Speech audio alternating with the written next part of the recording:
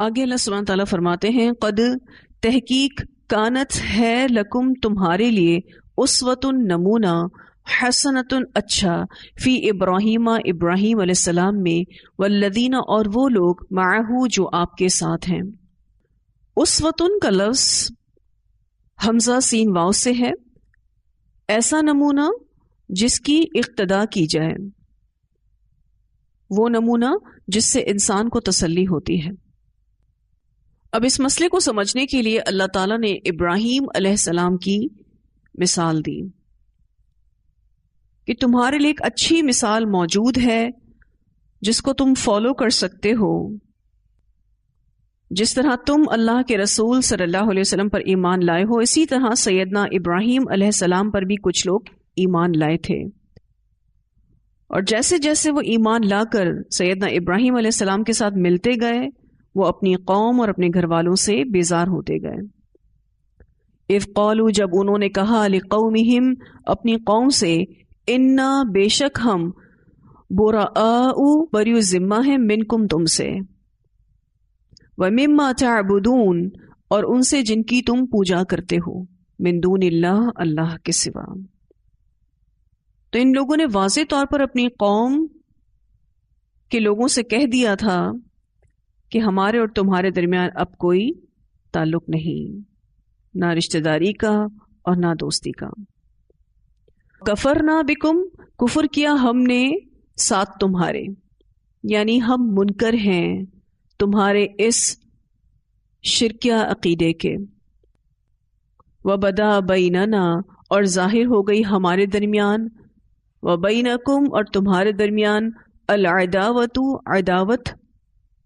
عداوت کہتے ہیں دشمنی کا پہلا درجہ جس میں دلی تعلق ختم ہو جائے. والبغضاء اور بغض، ابداً ہمیشہ کے لیے.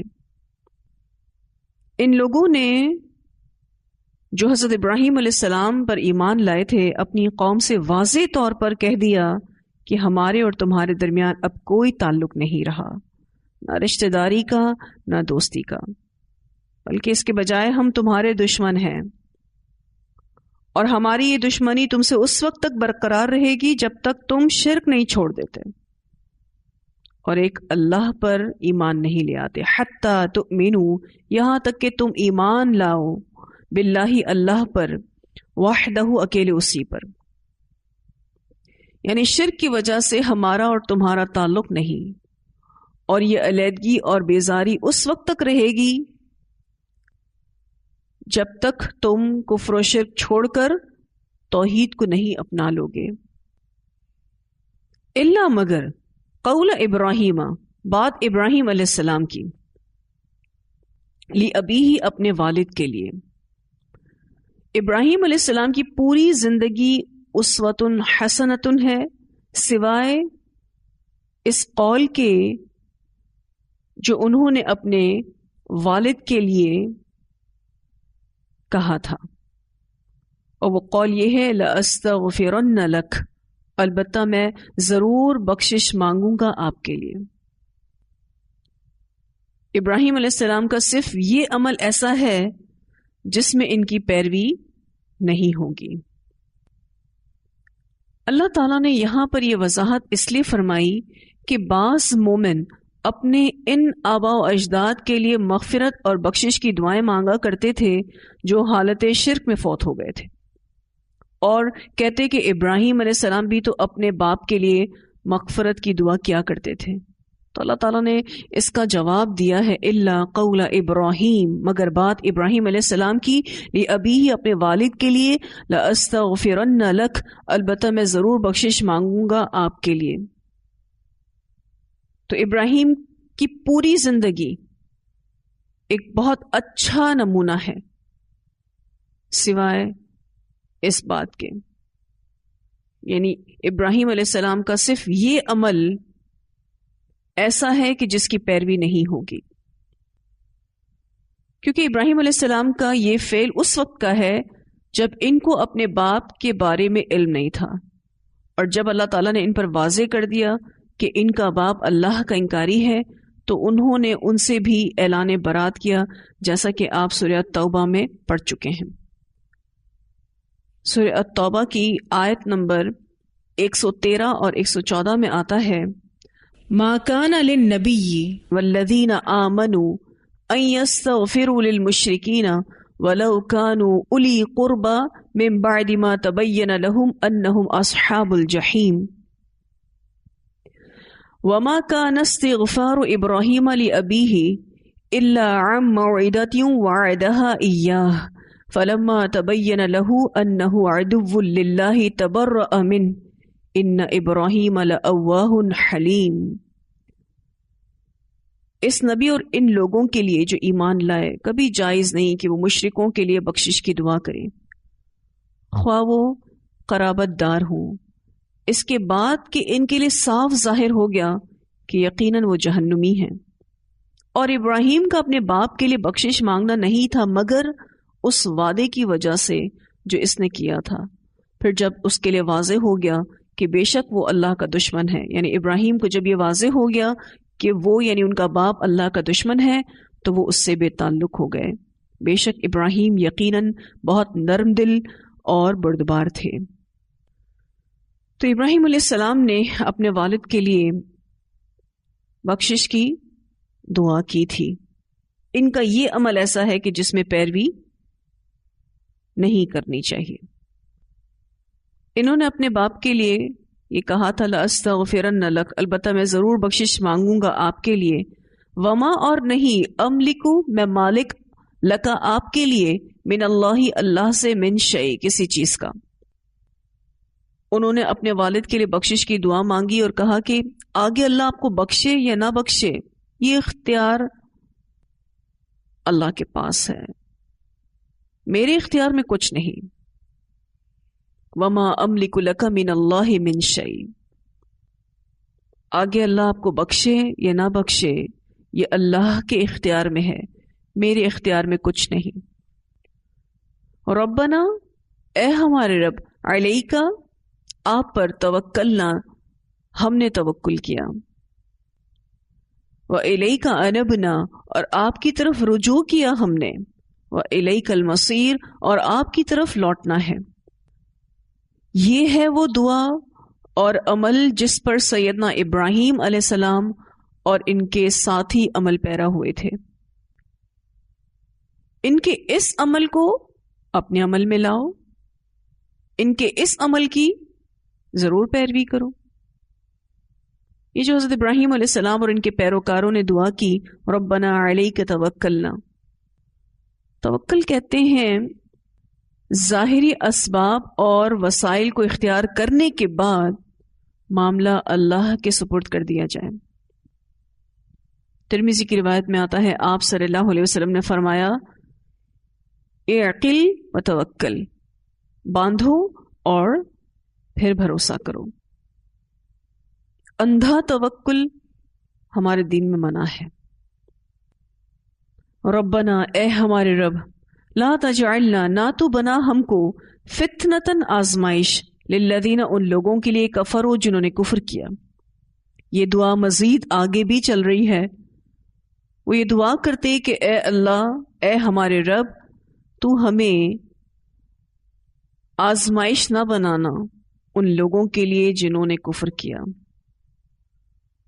اس حصے کے کچھ معنی کیے جاتے ہیں۔ پہلا معنی ترجمے سے واضح ہے کہ اے ہمارے رب، ہمیں ان لوگوں کے لیے آزمائش نہ بنا جنہوں نے کفر کیا، یعنی ہمیں کافروں کے مظالم سے بچا، ان کافروں کے ظلم سے ہمیں بچا۔ ایک دوسرا معنی بھی اس کا کیا جاتا ہے کہ کافروں کو ہم پر غلبہ عطا نہ کرنا، ورنہ یہ ہمیں ہمارے دین پر قائم نہیں رہنے دیں گے اور اس زوم میں مبتلا ہو جائیں گے کہ وہی حق پر ہیں اور ہم یعنی مسلمان باطل ہیں۔ اس طرح ان کا کفر اور بڑھ جائے گا۔ تو اللہ ان کافروں کو ہم پر غلبہ عطا نہ کر۔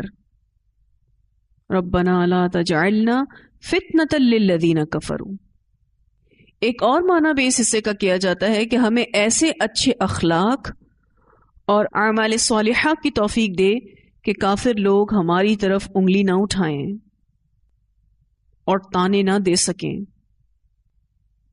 تو ہمیں اچھے اخلاق اور عمل صالح کی توفیق عطا فرما. کیونکہ اگر کوئی مسلمان بد اخلاقی کرتا ہے، بد اعمالی کرتا ہے، برے رویے اختیار کرتا ہے،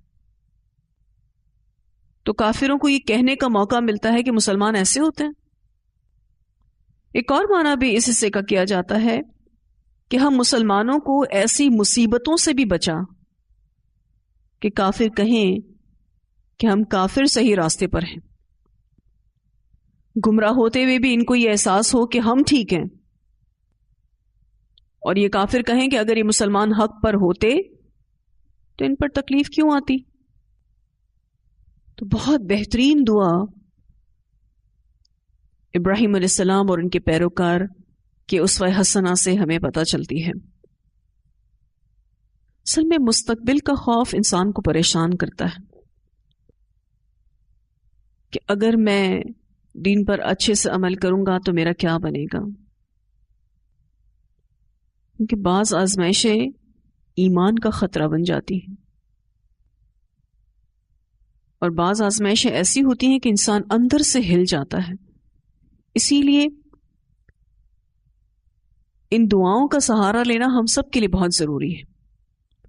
اور آپ دیکھیے کہ یہاں پر فتنہ کا لفظ استعمال ہوا ہے. فتنہ کا لفظ دکھ، آزمائش، رنج، رسوائی، دیوانگی، عبرت، عذاب، بیماری، سب کے معنوں میں آتا ہے. اتنا وسیع معنی رکھنے والا یہ لفظ ہے فتنہ. کوئی دکھ پریشانی ہے، کوئی آزمائش ہے، کوئی رسوائی ہے، کوئی عذاب، کوئی بیماری، کوئی عبرت، کوئی دیوانگی، اللہ تو سب سے بچا. واغفر لنا، اور بخش دے ہم کو، ربنا، اے ہمارے رب، یعنی ہمارے اگلے اور پچھلے گناہوں کو معاف کر دے، ہمارا ان پر مواخذہ نہ کر. انکا، بے شک آپ، انتا، آپ ہی، العزیز الحکیم، زبردست ہیں، حکمت والے ہیں. اللہ آپ ہی بڑے زبردست اور حکمتوں کے مالک ہیں. لقد کان، البتہ تحقیق ہے، لکم، تمہارے لیے، فیہم، ان میں یعنی ابراہیم علیہ السلام اور ان کے ساتھیوں میں، اسوۃ حسنۃ، اچھا نمونہ، اچھی مثال، لمن، واسطے اس کے جو کانا ہو، یرجو اللہ، امید رکھتا اللہ سے، والیوم الآخر، اور یوم آخرت کی. حضرت ابراہیم علیہ السلام اور ان کے ساتھیوں کے عمل میں ہمارے لیے اچھا نمونہ ہے، اور بہترین اوصاف ان کے پتہ چلتے ہیں یہاں پر. نمبر 1، مشرکوں سے مکمل قطع تعلق، اور یہاں پر اس سے مراد دلی تعلق ہے. دوسری صفت ان کی کہ صرف اللہ پر بھروسہ کرنا. تیسری صفت اپنی آخرت کو یاد رکھنا. وَإِلَيْكَ أَنَبْنَا وَإِلَيْكَ الْمَصِيرُ سے پتہ چلتا ہے کہ یہ اپنی آخرت پر بڑے فوکس تھے. اور چوتھی صفت اپنے لیے اچھے اخلاق اور اعمال کی دعائیں کرنا، مغفرت کی دعا کرنا، فتنے سے بچنے کی دعا کرنا. تو بہترین نمونہ ابراہیم اور ان کے ساتھیوں میں ہمارے لیے موجود ہے. لیکن یہ بہترین نمونہ اس کے لیے ہے لمن کان یرجو اللہ، واسطے اس کے جو امید رکھتا ہے اللہ سے. اللہ سے امید یعنی اس کی محبت کی امید، مغفرت کی امید، اجر کی امید، اس کی ملاقات کی امید، اور رضامندی کی امید، والیوم الآخر، اور یوم آخرت کی. پھر آخرت کی بات آئی ہے، کیونکہ آخرت کا عقیدہ انسان کے عمل کو مضبوط کرتا ہے۔ وَمَن يَتَوَلَّ، اور جو کوئی منہ موڑ جائے، فَإِنَّ اللَّهَ، تو بے شک اللہ تعالیٰ، هُوَ الْغَنِيُّ الْحَمِيدُ، وہ بے نیاز ہے، اپنے آپ میں تعریف والا ہے۔ یتولا کے یہاں دو معنی کیے جائیں گے، ایک معنی تو ترجمے میں واضح ہے کہ جو کوئی منہ موڑ جائے، اور دوسرا معنی تولا کا دوستی کرنا، اور دوسرا معنی اصل مضمون سے مناسبت رکھتا ہے، زیادہ سوٹیبل دوسرا والا معنی محسوس ہوتا ہے کہ جو کوئی دوستی کرے گا یعنی ان کافروں سے، فَإِنَّ اللَّهَ، تو بے شک اللہ تعالیٰ، هُوَ الْغَنِيُّ الْحَمِيدُ، وہ بے نیاز ہے، اپنے آپ میں تعریف والا ہے، اس کو ویسے بھی کسی کی ضرورت نہیں، اور اگر اس کی کوئی تعریف نہ بھی کرے تو وہ اپنے آپ میں تعریف والا ہے۔ عسى اللہ، امید ہے کہ اللہ تعالیٰ، عسى کا لفظ جب اللہ کے لیے آئے تو اس میں یقین کا معنی پیدا ہو جاتا ہے، اس کا مطلب یقینی خبر کا ہوتا ہے۔ عسى اللہ، امید ہے کہ اللہ تعالیٰ، ان یجعل، کہ بنا دے، بینکم، تمہارے درمیان، وبین الذین، اور ان لوگوں کے درمیان، عادیتم، جن سے تم نے دشمنی کی، منہم، ان میں سے، مودتن، محبت۔ اس آیت میں مسلمانوں کو فتح مکہ سے پہلے ہی فتح مکہ کی خوشخبری دے دی گئی ہے، اور فتح مکہ کی خوشخبری کے ساتھ ساتھ ایک اور خوشخبری یہ دی گئی، مکہ کے کافر جو آج تمہارے سخت دشمن ہیں، اسلام قبول کر لیں گے اور تم لوگ پھر آپس میں دوست بن جاؤ گے، تمہاری دشمنی دوستی اور محبت میں بدل جائے گی۔ دل تو اللہ کے ہاتھ میں ہے، کچھ دور نہیں اللہ ان کے دلوں میں محبت پیدا کر دے۔ ہجرت کے وقت جب ایک ایک گھر سے صرف ایک ایک یا دو دو لوگ ہجرت کر رہے تھے، تو اس وقت ان کی فیملی لائف پوری طرح سے ڈسٹرب ہو گئی تھی، اور انہوں نے رشتوں کو صرف اور صرف اللہ کے لیے چھوڑا تھا۔ تو اللہ تعالیٰ ان کو کہتے ہیں، عسى اللہ ان یجعل بینکم وبین الذین عادیتم منہم مودہ، اللہ کے لیے کچھ مشکل نہیں کہ تمہارے وہ رشتہ دار جو ابھی مکہ میں کافر ہیں جلد مسلمان ہو جائیں، اور اللہ تمہارے دلوں میں پھر سے وہی محبتیں پیدا کرتے ہیں۔ تو اللہ کے لیے جب انسان اپنی محبوب ترین چیز چھوڑتا ہے تو اللہ اس کو اس سے بہتر چیز، یعنی اللہ اپنی محبت عطا کرتا ہے، اور پھر اللہ وہ کچھ عطا کرتا ہے جو کہ بندہ مومن کے گمان میں بھی نہیں ہوتا۔ اور ہم یہ بات سیرت میں پڑھ چکے ہیں کہ فتح مکہ کے بعد لوگ فوج در فوج اسلام قبول کرنے لگے، اور نفرتیں محبتوں میں بدلنے لگیں۔ واللہ قدیر، اور اللہ تعالیٰ قدرت رکھنے والا ہے۔ اللہ کو یہ قدرت حاصل ہے کہ اللہ حالات بدل دے، مکہ فتح ہو جائے اور جنگ بھی نہ ہو، اور کافروں کی اکثریت مسلمان ہو جائے۔ اللہ قدرت والا ہے۔ واللہ غفور الرحیم، اور اللہ تعالیٰ غفور الرحیم بھی ہے۔ اس سلسلے میں جو تم سے غلطیاں ہوئیں، اللہ اس کو معاف کرنے والا ہے، رحم فرمانے والا ہے، اور دوسری غلطیوں کو بھی اللہ تعالیٰ معاف کرنے والا ہے۔ اس سلسلے میں جو ان سے غلطیاں ہوئیں، جس میں ہم نے ابھی پیچھے حضرت حاتب کا واقعہ پڑھا، اب وہ اپنی فیملی کو لے کر ہی غلطی کر گئے تھے، تو اللہ تعالیٰ ان کی مغفرت کی خوشخبری بھی دے رہے ہیں، واللہ غفور الرحیم۔ ظاہر ہے حضرت حاتب نے جو ہجرت کی تھی وہ اس بات کا ثبوت ہے کہ وہ اللہ سے محبت کرتے تھے۔ جنگ بدر میں ان کا شامل ہونا، اسلام کے لیے قربانیاں کرنا،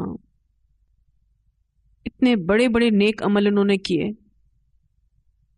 اور پھر اپنی فیملی کی وجہ سے ایک مسٹیک کر گئے، تو اللہ تعالیٰ کہتے ہیں واللہ غفور الرحیم۔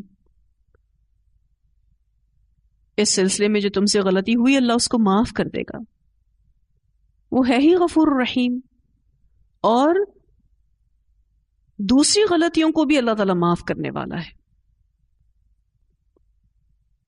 اسلام کے ذریعے اللہ تعالیٰ نے ان کے دلوں کو جوڑ دیا، باہم الفت پیدا کر دی۔ بخاری کی روایت میں آتا ہے رسول اللہ صلی اللہ علیہ وسلم نے انصاریوں سے فرمایا، اے انصار کی جماعت، کیا میں نے تمہیں گمراہ نہیں پایا تھا؟ پھر اللہ نے تمہیں میری وجہ سے ہدایت دی اور تم میں آپس میں دشمنی اور نا اتفاقی تھی، تو اللہ تعالیٰ نے میرے ذریعے سے تم میں باہم الفت پیدا کی۔ یہ آپس میں دشمن تھے، لیکن جیسے ہی مسلمان ہوئے اللہ نے ان کے دلوں کو جوڑ دیا۔ پھر آپ دیکھیے کہ یہ جو اسلام میں ولا اور برا کا ایک نظریہ ہے، جس کا ذکر میں نے آپ کو شروع صورت میں بھی کیا، کہ اس میں بھی اعتدال بہت ضروری ہے، توازن کا قائم رکھنا بہت ضروری ہے، کیونکہ یہ بھی امتحان ہوتا ہے۔ جیسے کہ اس آیت میں پتہ چل رہا ہے کہ ہو سکتا ہے کہ جو آج آپ کا دشمن ہو وہ کل آپ کا دوست بن جائے، اور یہ بھی ممکن ہے کہ جو آج آپ کا دوست ہو وہ کل آپ کا دشمن بن جائے۔ اسی لیے اس میں اعتدال بہت ضروری ہے، اور یہی اعتدال ایک امتحان ہوتا ہے۔ اس بارے میں ایک روایت بھی آتی ہے، رسول اللہ صلی اللہ علیہ وسلم نے فرمایا، دوستوں کی دوستی کے وقت بھی اس بات کو پیش نظر رکھو کہ کیا عجب اس سے کس وقت دشمنی ہو جائے، اور دشمنوں سے دشمنی میں بھی حد سے تجاوز نہ کرو، کیا خبر کب دوستی ہو جائے۔ اسے ترمذی نے روایت کیا ہے۔ اور اعتدال ہمارے دین کا حسن ہے۔ ایک اور روایت میں آتا ہے، سیدنا عبداللہ بن عباس رضی اللہ تعالی عنہما بیان کرتے ہیں کہ سیدنا ابو سفیان رضی اللہ تعالیٰ عنہ نے اسلام قبول کرنے کے بعد رسول اللہ صلی اللہ علیہ وسلم سے کہا، اے اللہ کے رسول صلی اللہ علیہ وسلم، میں 3 درخواستیں کرنا چاہتا ہوں، اگر آپ کی اجازت ہو تو عرض کروں۔ آپ صلی اللہ علیہ وسلم نے فرمایا، کہو۔ اس نے کہا، اول تو یہ کہ میری عرب کی خوبصورت ترین بیٹی ام حبیبہ کو اپنی زوجیت میں قبول فرمائیں۔ چنانچہ آپ صلی اللہ علیہ وسلم نے منظور فرمایا، نعم کہا کہ ٹھیک ہے۔ پھر عرض کیا کہ میرے لڑکے معاویہ کو اپنا کاتب بنا لیجیے۔ آپ صلی اللہ علیہ وسلم نے اسے بھی منظور کر لیا۔ پھر عرض کی کہ مجھے اجازت دیجیے کہ جس طرح میں نے کفر کے زمانے میں مسلمانوں سے مسلسل جنگ کی، اب اسلام کے زمانے میں کافروں سے برابر لڑائی جاری رکھوں۔ آپ صلی اللہ علیہ وسلم نے اسے بھی منظور فرمایا۔ اسے مسلم نے روایت کیا ہے۔ اس حدیث میں جو ابو سفیان نے اپنی بیٹی ام حبیبہ کو نبی اکرم صلی اللہ علیہ وسلم کی زوجیت میں دیا، تو ہم سب یہ جانتے ہیں کہ آپ صلی اللہ علیہ وسلم کی ام حبیبہ سے شادی 6 یا 7 ہجری میں ہو گئی تھی۔ نجاشی نے نبی اکرم صلی اللہ علیہ وسلم کا اور ام حبیبہ کا نکاح کروایا تھا۔ اب یہاں پر جو یہ ابو سفیان کہہ رہے ہیں کہ ام حبیبہ کو اپنی زوجیت میں قبول فرمائیں، اور نبی اکرم صلی اللہ علیہ وسلم نے جواب دیا، نعم، اچھا، ہاں ٹھیک ہے، یوں کہہ دیا۔ ابو سفیان سے اس کا مطلب تجدید عقد ہوگا، یا وہ یہ سمجھتے ہوں گے کہ بیٹی کا نکاح بغیر باپ کی مرضی کے ناجائز ہے، اس لیے آپ صلی اللہ علیہ وسلم نے صرف اچھا کہا، ہاں کہا، نعم کہا، نہ کہ تجدید عقد کیا، اور نہ ابو سفیان سے کہا کہ تجدید عقد ضروری ہے۔ ان کو ایسا لگا کہ ولی کے بغیر تو نکاح درست نہیں ہے، تو یہ الفاظ انہوں نے کہہ دیے کہ ام حبیبہ کو اپنی زوجیت میں قبول فرمائیں، اور آپ صلی اللہ علیہ وسلم اگر اس کو قبول فرما لیں تو اب سے ان کا رشتہ جائز ہو گیا۔ خیر اس وقت بھی جائز ہی تھا۔ اب آپ دیکھیں کہ یہ فتح مکہ کے ٹائم پر مسلمان ہوئے ہیں، اور یہ وہ صحابہ ہیں کہ جنہوں نے اسلام سے پہلے اسلام دشمنی میں کوئی کسر نہیں چھوڑ رکھی تھی، لیکن اللہ تعالیٰ نے ان کو اسلام کی نعمت سے نوازا، اور پھر یہ اتنے ہی بہترین ثابت ہوئے اسلام کے لیے بھی۔ تو کتنا ایمان بڑھتا ہے اس آیت کو پڑھ کر. عسى الله ان يجعل بينكم وبين الذين عاديتم منهم مودة والله قدير والله غفور رحیم. کہ آج ہو سکتا ہے کہ کوئی آپ کی بات آپ کے رشتہ داروں میں نہ سن رہا ہو، لیکن اللہ سے اچھی امید رکھیں کہ اللہ ان کے دلوں کو بدل دے سکتا ہے، اللہ ان کے دلوں میں محبت پیدا کر سکتا ہے. اللہ کے لیے کچھ مشکل نہیں. اور پھر آپ اور میں تو ابھی بھی اس مشکل صورتحال کا سامنا نہیں کر رہے جو مشکل صورتحال صحابہ کرام کے سامنے تھی. ہم تو الحمدللہ نسل در نسل مسلمان ہیں، لیکن صحابہ کرام کا تو معاملہ ایسا تھا کہ گھر میں کوئی ایک مسلمان ہے یا آدھا گھر مسلمان ہے تو آدھا کافر ہے. بہت ٹف سچویشن تھی. لیکن پھر بھی ہم اپنے رشتہ داروں کا دین سے دور ہونا بھی برداشت نہیں کر پا رہے ہوتے. بہت زیادہ دل پریشان ہو رہا ہوتا ہے اس سب چیزوں کو لے کر. تو اللہ تعالیٰ کہتے ہیں کہ امید ہے کہ اللہ تعالیٰ بنا دے تمہارے درمیان اور ان لوگوں کے درمیان جن سے تم نے دشمنی کی ان میں سے محبت. اللہ کے لیے کچھ مشکل نہیں کہ اللہ دلوں کو آپس میں جوڑ دے، ان کو بھی دین کی طرف لے آئے. تو اتنی آیات کی تلاوت سنتے ہیں. قد كانت لكم أسوة حسنة في إبراهيم والذين معه إذ قالوا لقومهم إنا براء منكم ومما تعبدون من دون الله كفرنا بكم وبدا بيننا وبينكم العداوة والبغضاء أبدا حتى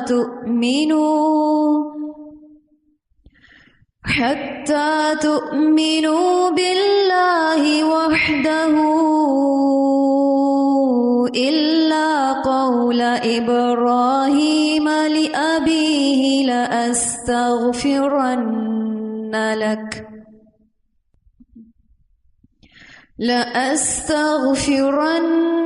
لك وما أملك لك من الله من شيء ربنا عليك توكلنا وإليك أنبنا وإليك المصير ربنا لا تجعلنا فتنة للذين كفروا واغفر لنا ربنا إنك أنت العزيز الحكيم لقد كان لكم فيهم أسوة حسنة لمن كان يرجو الله واليوم الآخر ومن يتول فإن الله هو الغني الحميد عسى الله أن يجعل بينكم وبين الذين عاديتم منهم مودة والله قدير والله غفور رحيم. جو ابھی ہم آخر میں یہ آیت سن رہے تھے کہ صحابہ کرام نے اللہ کے لیے اپنے رشتوں کو چھوڑا. آپ دیکھیں تو کچھ سچویشنز ہماری زندگی میں بھی ایسی آتی ہیں کہ ہمارے سامنے دو چوائسز ہوتی ہیں. یا تو ہم اللہ کی خاطر رشتہ داروں کو چھوڑ دیں یا پھر رشتہ داروں کی خاطر اللہ کو چھوڑ دیں. جب ہم یہ بات سوچتے ہیں کہ ہم اللہ کے لیے اپنے رشتوں کو چھوڑیں تو ہمارا دل اندر سے ہل جاتا ہے. جیسا کہ میں آپ سے بھی ذکر کر رہی تھی کہ بعض آزمائشیں ایمان کا خطرہ بھی بن جاتی ہیں اور بعض اوقات انسان اندر سے ہل جاتا ہے. لیکن جب اس طرح کا کوئی دل ٹوٹتا ہے تو اللہ ہمارے دلوں کو توڑ کر اپنے لیے نیا دل بنانا چاہتا ہے. تبھی وہ ہمیں ایسے مراحل سے گزارتا ہے. وہ ہمیں ہمارے نفس کی غلامی سے نکال کر اپنی غلامی میں لینا چاہتا ہے. اور پھر جب ہم ان تمام غلامیوں سے آزاد ہو کر اللہ کے غلام بن جاتے ہیں، اللہ کے بندے بن جاتے ہیں، اپنے دل کو، اپنی نیتوں کو، اپنے عمل کو صرف اللہ کے لیے خالص کرتے ہیں، تو پھر اللہ تعالیٰ انہی نفرتوں کو محبتوں میں بدلتا ہے. لیکن پہلے اللہ امتحان لیتا ہے، اور جو اس امتحان میں پار اترتا ہے پھر اللہ اسے وہ عطا کرتا ہے جو سب سے بہتر ہے، یعنی اپنی محبت. اللہ اپنی محبت سے نوازتا ہے، اور جس کے پاس اللہ کی محبت ہو اسے پھر کسی اور چیز کی کیا ضرورت رہتی ہے.